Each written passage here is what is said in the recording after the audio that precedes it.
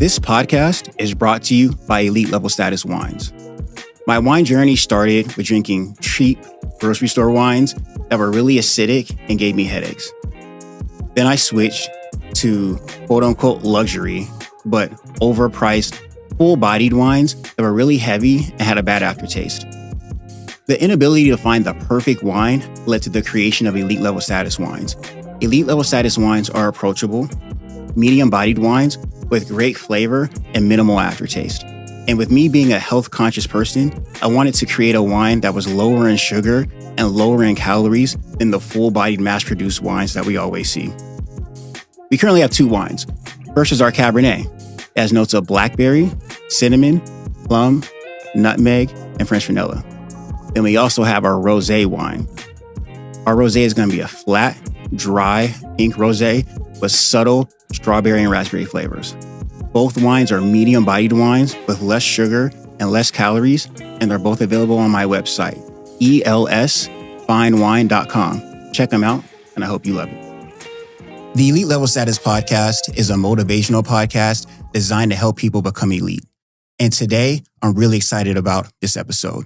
If you want to learn how to get more organic engagement on social media, you're definitely going to watch. I mean, who doesn't want that? We have a super special guest in here today. He's a super talented creator, Randle Denson. Randle, I appreciate you coming in, man. How are you? I'm good, man. Thank you for this opportunity. Awesome, man. No problem. So we got a lot to get into. I really want to hear what you have to say. But first, let's jump into kind of like your background first. Where and how did you grow up? And kind of tell us about your personal journey. Well, I was born in LA, but I grew up here and really grew up trying to figure myself out with people and trying to fit in. That was always what I was trying to do, is trying to fit in, trying a little too hard. Okay. And then I lost my dad around my sophomore year, and that was when I was trying to do football. I was trying, it was my way of trying to connect with him, because I kind of grew up a little just like to myself. My parents were separated, so I was trying to get a little closer to him through football. Okay. And he passed away my sophomore year, and I made it like my goal to try to somehow become professional. I tied my why to that. Yeah.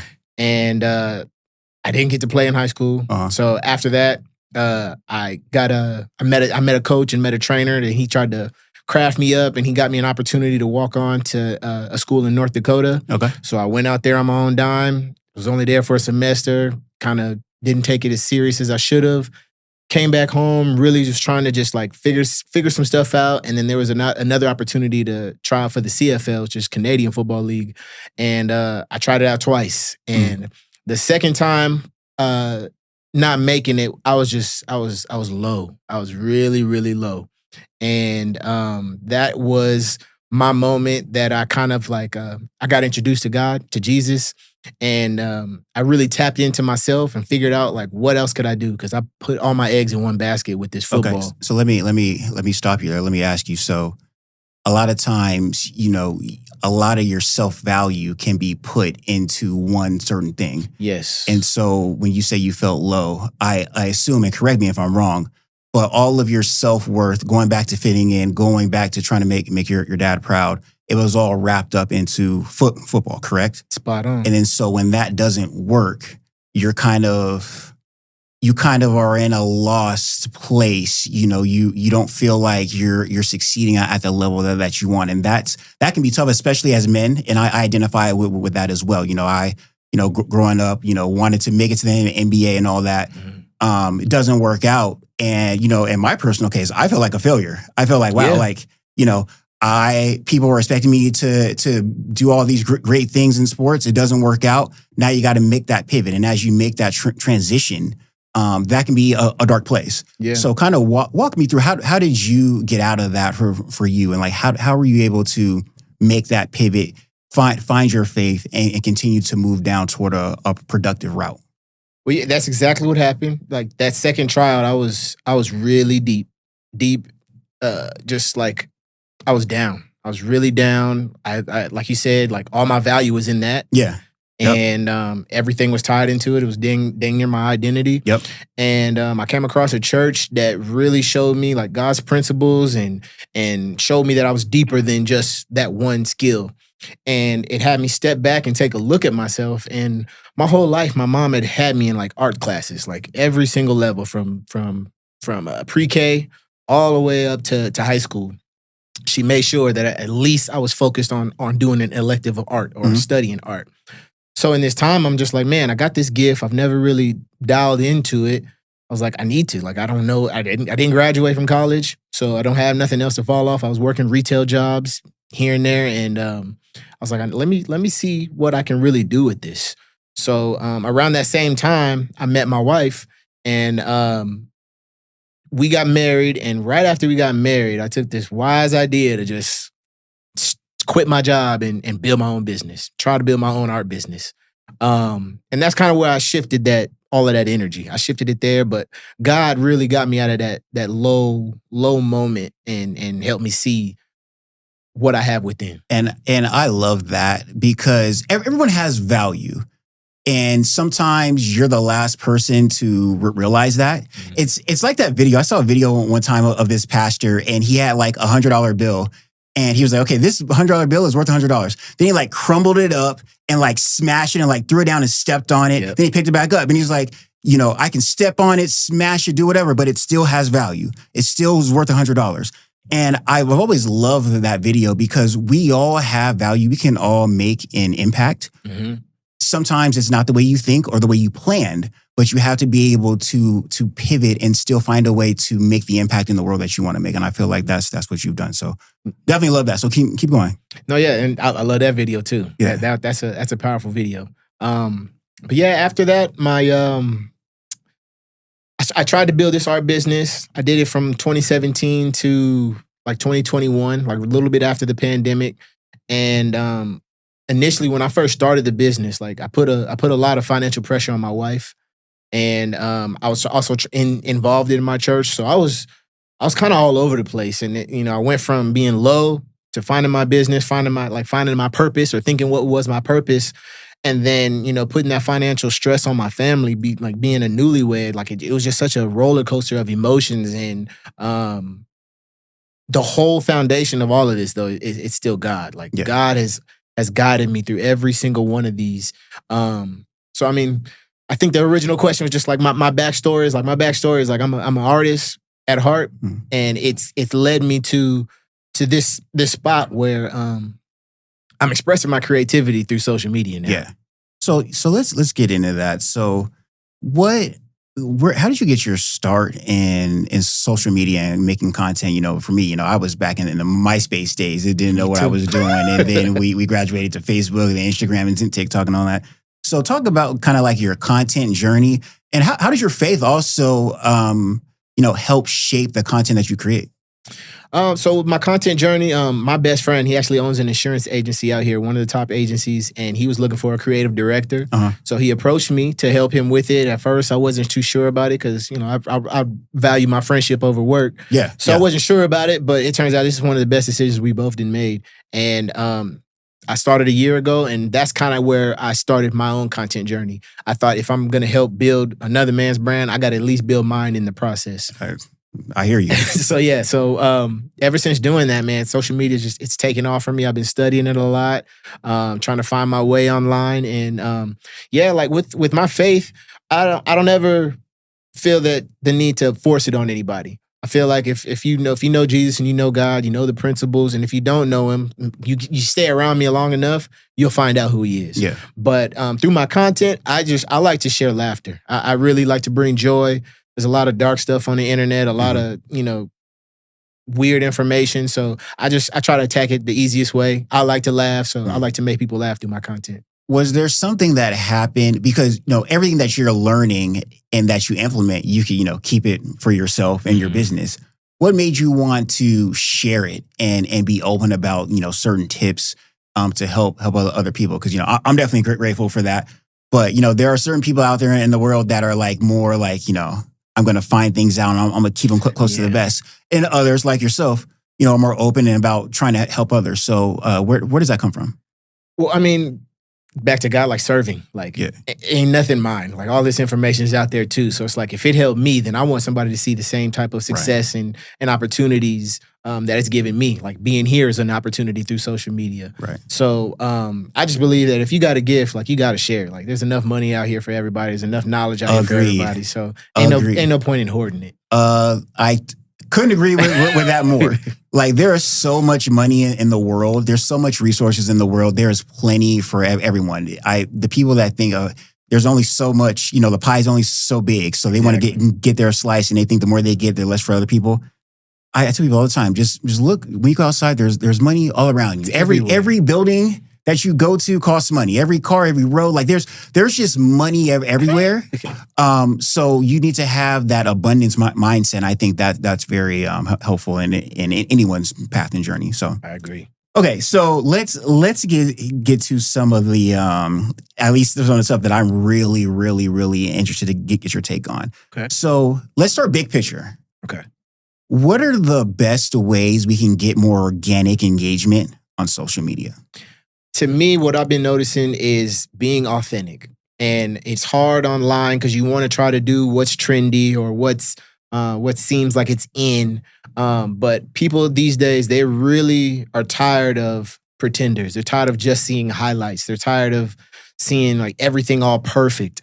And what I've seen is a lot of the authentic content has been working really well. You don't need all the fancy gear. You don't need, all the best lights or anything. You just need to really turn your camera on and be you. Okay, so let's dive into that more, because I feel like people throw out words like organic and authentic a lot. Mm-hmm. Don't really understand what it means.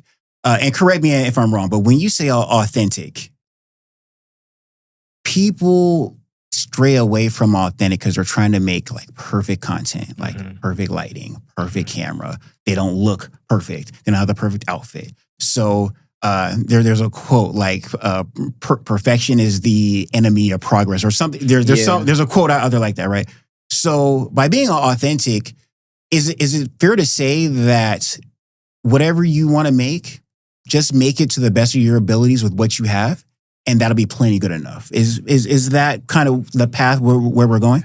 I think that's the best way to start. Yeah. Because sometimes it's hard for people to figure out how they want to post or what they want to post. So that analyst paralysis type of paralysis by analysis. Yeah. Yep. Like you get stuck. You don't end up doing anything because you're trying to make it perfect. Yeah. So that's why I think starting with that's me. I'm right there too. It took me a while.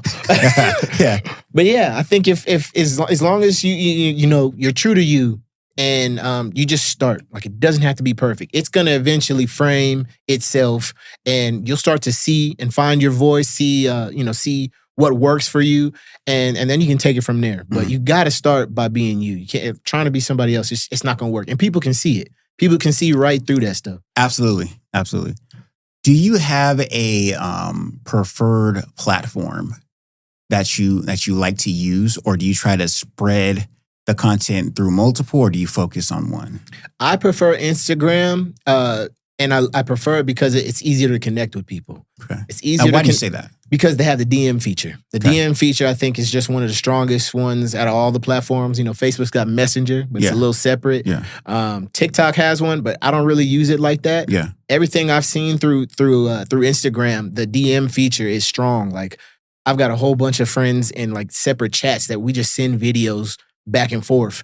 And I think that's like a small portion of how things go viral. It's like you find a video, you're scrolling, you see something that, that reminds you of somebody else, and you send it to them. Like me and my wife are sending stuff to each other, throughout the week. Right. We're scrolling, we come across something. Right. So that easy access, like that's how I met you. Like it's an easy way to connect to people through the DMs. Yeah, for sure. Are there any kind of general standards or things that you should try to put into your videos to get the most reach and engagement? Like, for one that comes to mind for me is I'm trying to get better with like hooks, right? And giving you something within the first 2-3 seconds of whatever I post to make you stop and pay attention to what I'm trying to tell you or show you. So what are some of the basic things that people should know? that they can be authentic and still implement these kind of, a good hook, and things like that to kind of help them get more engagement. The hook's probably one of the hardest parts Yeah. for a lot of creators because you do have to be strategic. Yeah. And with my content, it's humor. So it's like with certain videos, the hook will say verses.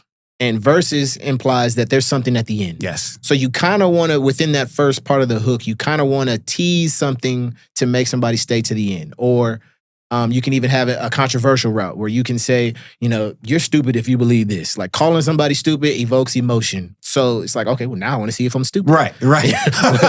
Yeah. So I think within the hook, you just got to be strategic. You can be controversial, and it doesn't have to be true. Sometimes it's bait, but you kind of want, like, that's a thin line you want to kind of watch because you don't want to be known as the clickbaiter. You don't want to be known as somebody that's constantly, unless it's good, unless it's something like it's going to be something funny. But if you're just fooling people every time, people are going to get over that. Yeah.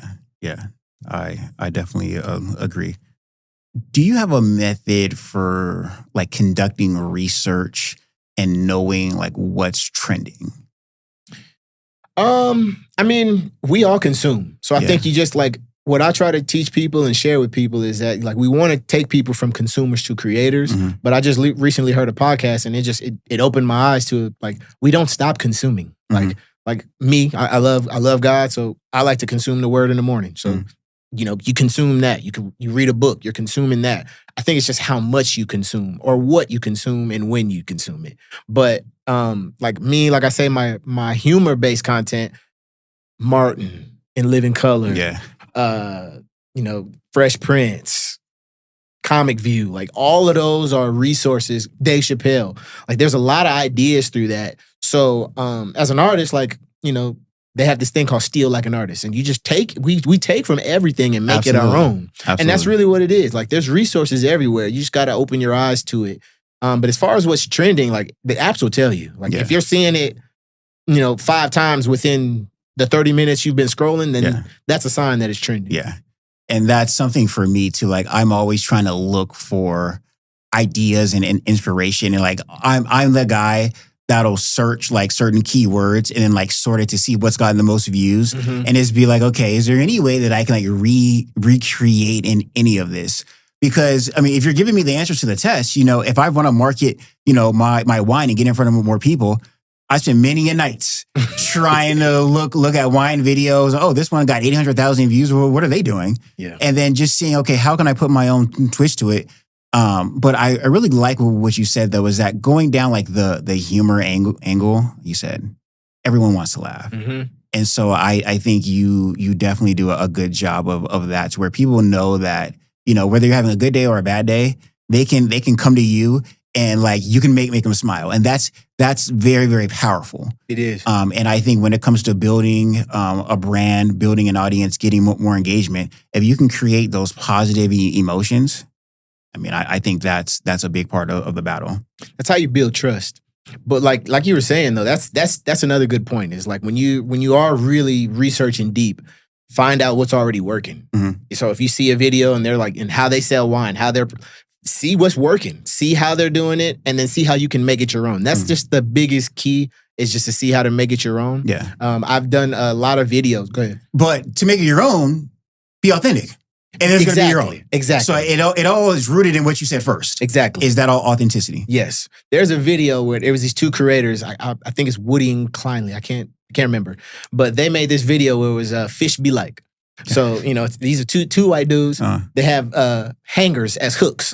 So, one's just nibbling on this hanger and then he gets took. And then the other one, he saw him get took and he looks at his hanger and he's like, oh, well. So he keeps nibbling and then he gets took. Yeah. And then that's the video. Yeah. But I loved it. So I instantly got inspiration because like I said, a lot of my videos, Martin, Comic View, set that base to it. Yeah. So I love stereotypes. Yeah. I play into stereotypes because on Instagram, like I said, or online, when you're playing that controversial role, you're going to bait in people that want to debate. You're going to bait in people that want to argue. Yep. You're going to bait a different side versus just always pleasing one side. Yeah. So stereotypes, I think, often do that. They make people laugh, but then they piss people off. Right. So what we did was we did blackfish versus whitefish. Okay. So my best friend, he was playing the whitefish, and then we're both nibbling on it, and I see him get taken, and then I'm like, oh, hell no. So I swim away. Yeah. In the comments of that, this is another key, pay attention to your comments because these people will give you more content ideas. Right. Someone commented and said, well, if it's some fried chicken on that hook, you wouldn't have went nowhere. I said, I'm doing that. So that was part 2. And part 2, literally, that blew up on every single platform. Yeah. It's one of our best videos. That's a great point that you make, is that you have to have a conscious mind to be ready that there is inspiration everywhere. Like, don't just read comments to read comments. Like, read the comments and be open. Like, okay, what are they saying? What's the reaction? Because in these reactions may be your next great video. Exactly. So you always need to be paying that attention to, when you're out, in the real world, but also when you're in your phone. Like, look, who's liking it? What type of accounts? What are the comments? Because that can all help you make your next video. So, and give credit. I tag those dudes on my in my caption. Yeah. So if you're gonna take something that's really, that was an original idea, I think, from them. So even if like they probably took it from somebody, where I saw it was from them. Yeah. So I'm gonna give them the credit in my caption. Yeah. Love that. That's big. Because when it does go viral, everybody's winning. Exactly. In the transaction. Exactly. So I definitely like that. Okay, so what makes the best creative? We know that it's authenticity. We know that we want to have a good hook and try to get you to watch the entire video. We want to invoke some sort of emotion. I'm more like you. Like I want to invoke like positivity or an interest. I want to be intriguing. Like, okay, I want to learn more. I see a lot of people that are trying to start drama and trying to argue. And I mean, I get it. If you want engagement, if you don't matter what the engagement is, if you don't care, like, hey, whether it's negative, whether we're going back and forth and being negative or positive, doesn't matter. You just want that. Then I get the people that try to start controversy online. Yeah. But are there any other main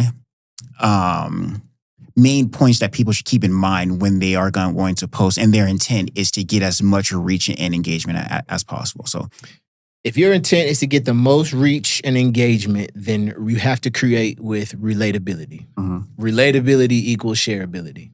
Mm-hmm. And that is how you can get more relatability reach. Equals shareability. Yes. Okay. The more a video gets shared, mm-hmm. the higher opportunities that your video can take off. Yeah. Go viral, reach more people. So you want to try and see what in it can relate to somebody, whether it's, encouragement, entertainment, or inspiration. And entertainment, encouragement. What was the other one? Encouragement, entertainment. I mean, I think inspiration works too. Because encouragement is inspiration. There's another one. But value. Yeah. You have to give value. Yeah, for sure. The videos have to have some type of value. And that's what it is. The entertainment or the encouragement. Education. Yeah. Okay. Education was the other one. If they can learn from you, yes, for sure. And I like all 3 types of content. And it's really cool if all 3 of them can be in one. Yeah. If like it can start off really funny and it's got some real value in there, but then after it, you feel inspired to go do something. I think that's an ultimate creative. But the foundation of all of that is make it relatable to where somebody wants to share it with somebody else. I like it. Do you believe that like hashtags make a difference? I think they're done. Okay. Hashtags now are like folders. Yeah. So it's like if you want to, every post you want, like to just track your journey, you could put elite status podcast, mm-hmm. elite level podcast mm-hmm. on the bottom of it. Yeah. It's not going to push it nowhere. Like it's literally just a folder now. Yeah. Hashtags don't really do nothing. The algorithm is AI based, and it's similar to how TikTok is, to where it picks up words, it picks up what's in the video, who's in the video, and it kind of tracks it like that. Mm-hmm. But hashtags don't have, like, you can still use them. Mm-hmm. They're just not as useful as they used to be. As they used to be. Yeah. Understood. Okay. How do you go about trying to balance content that is reflective of your personal beliefs, but also appeals to a broader audience? I feel like sometimes it's kind of hard to do that where, okay, you believe in one thing. And I feel like having a niche is good. Mm-hmm. But I guess I'm overly like fearful sometimes of not wanting to alienate any certain group or cut people off, or just kind of like not give people the chance to really engage with my content because I run them off like in the first couple of seconds. So does it all just kind of feed back to what we've already mentioned, with the hook, making them laugh and, that kind of thing? Or are there other things that you can do to kind of make sure that, you can make content that is aligned with your personal beliefs, but also you have limitless appeal to your audience? That's a good question because it kind of comes down to what your goals are with creating. Yeah. And, if your goals are to reach more people, then you kind of have to be conscious of what others want to see. Yeah. And what are they paying attention to? Mm-hmm. I do some Raiders content too. I already love the Raiders, so it's easy for me. But because I've gained a good Raider following, it's like I know that I have to strategically make some videos for that audience. I have I make a lot of relationship content with my wife, so that's probably our biggest foundation, like our biggest pillar is relationship content. So I got to make sure that we do more of that because that's why a lot of our following came. But to go back to what your goals are, like I think with my content, I do share my beliefs. I share them in like bite size. I don't shove them down nobody's throat. Yeah, that's what I was gonna say. You're definitely good about that. But I see people that works for. Like that's all they speak about. There's people that they're proud Christians. They're proud followers of Jesus. And every single video has to do with Jesus or the word. And that works for some people because maybe that's what people are coming to them for. But the way I started my content, like my foundation is humor. So like you'll start to see, like if you guys do follow me, like I'll do this video where it's from Don't Be a Menace, where he's got the mailman suit on, he pops up and he says, "Message." So I had this idea to have that in front of another video that actually had some good truth to it, or something that's deep. And that'll be me kind of like shining light on something without me having to get on the mic and share my 2 cents. It's kind of more of gauged to create engagement. And to create conversation, to see what other people think about what the next video is that's coming up.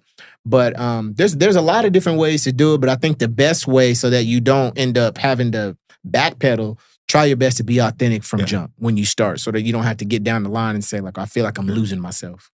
Do you think that like giving a call to action or like asking a question like, what do you think, or give your thoughts in the comments, like in the caption, like telling potential viewers what to do you think that helps at all, or is that kind of like doing too much? Like, no, I think that's great. I think especially if you do it the right way.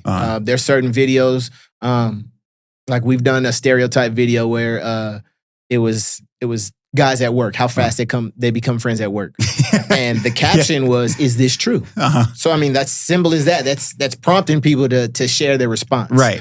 So see, I could definitely do that more. That's I love that idea. Yeah. No, like the captions, I think you definitely got to do, even in your videos. Like there's lots of different ways to have call to actions. You can be a verbal call to action or the text call to action in the captions.